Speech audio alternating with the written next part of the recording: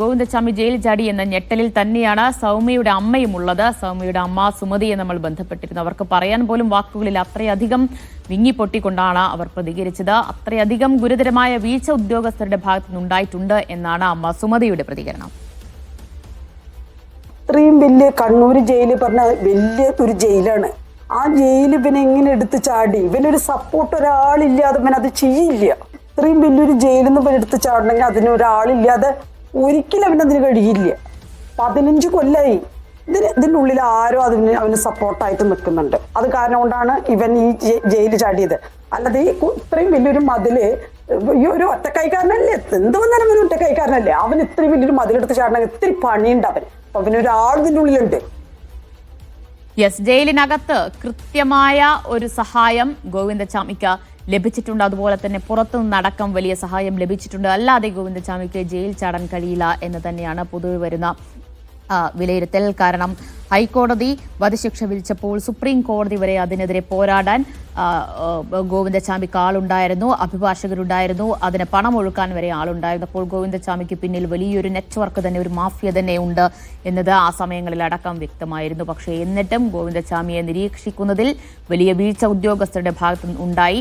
നല്ല നടപ്പായിരുന്നു ഗോവിന്ദച്ചാമി ജയിലിൽ സ്വീകരിച്ചു വരുന്നത്. ആ രീതിയിൽ സൗമ്യനായ പെരുമാറ്റമായിരുന്നു. ആളുകളോടൊക്കെ നല്ല രീതിയിൽ, ഉദ്യോഗസ്ഥരോടടക്കം നല്ല രീതിയിൽ പെരുമാറി. ആ രീതിയിൽ ഒരു ഇമേജ് ഉണ്ടാക്കിയെടുക്കാൻ ഗോവിന്ദച്ചാമിക്ക് കഴിഞ്ഞിരുന്നു. അതും കൂടി ഈ ജയിൽ ചാട്ടത്തിന് ഗോവിന്ദച്ചാമിക്ക് ഗുണം ചെയ്തിട്ടുണ്ട് എന്ന് തന്നെയാണ്. ഗോവിന്ദച്ചാമി ഒരുപക്ഷേ രാത്രി സെല്ലൊന്നും നിരീക്ഷിച്ചിട്ടുണ്ടാകില്ല. രാവിലെ പുലർച്ചെ ജയിലിലുണ്ടോ എന്ന് പരിശോധിച്ചിട്ടുണ്ടാവില്ല. CCTV ദൃശ്യങ്ങൾ കൃത്യമായി നിരീക്ഷിച്ചിട്ടുണ്ടാകില്ല. അതെല്ലാം തന്നെ ഗോവിന്ദച്ചാമി ജയിൽ ചാടാൻ കാരണമായിട്ടുണ്ട്. അത് കൃത്യമായി തന്നെ പ്ലാൻ ചെയ്തിട്ട് തന്നെയാണ് ഗോവിന്ദച്ചാമി കൃത്യം നടത്തിയിട്ടുള്ളത് എന്നത് വ്യക്തമാണ്. ദിവസങ്ങൾ എടുത്തിട്ടുള്ള ആസൂത്രണം തന്നെ നടന്നിട്ടുണ്ട്. ഏതൊക്കെ ഇടങ്ങളിൽ ചെന്നു കഴിഞ്ഞാൽ CCTV ക്യാമറ കണ്ണുകളിൽ പെടാതെയിരിക്കാം, ഉദ്യോഗസ്ഥരുടെ കണ്ണുവെട്ടിക്കാം എന്നതടക്കം ഗോവിന്ദച്ചാമിക്ക് അറിയാമായിരുന്നു.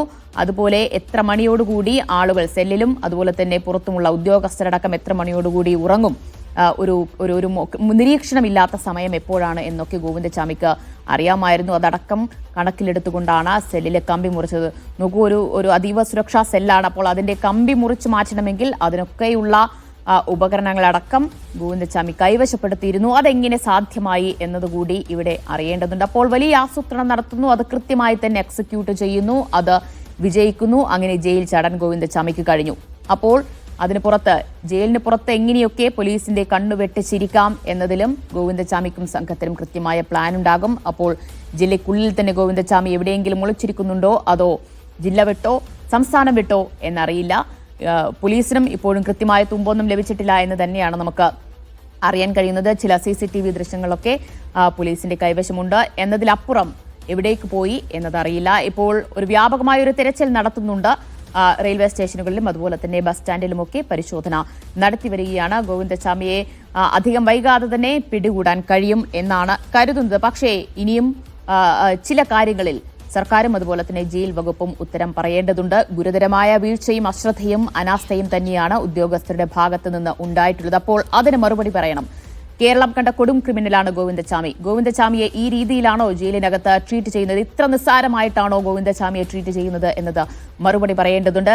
ആരുടെയെങ്കിലും സഹായം ലഭിച്ചിട്ടുണ്ടെങ്കിൽ അത് ആരുടെയൊക്കെ എന്നതും കണ്ടെത്തേണ്ടതുണ്ട്. ഉദ്യോഗസ്ഥരുടെ ഭാഗത്തുനിന്നുണ്ടായ വീഴ്ചയിൽ അതിശക്തമായ നടപടി തന്നെ ഉണ്ടാകേണ്ടതുണ്ട്.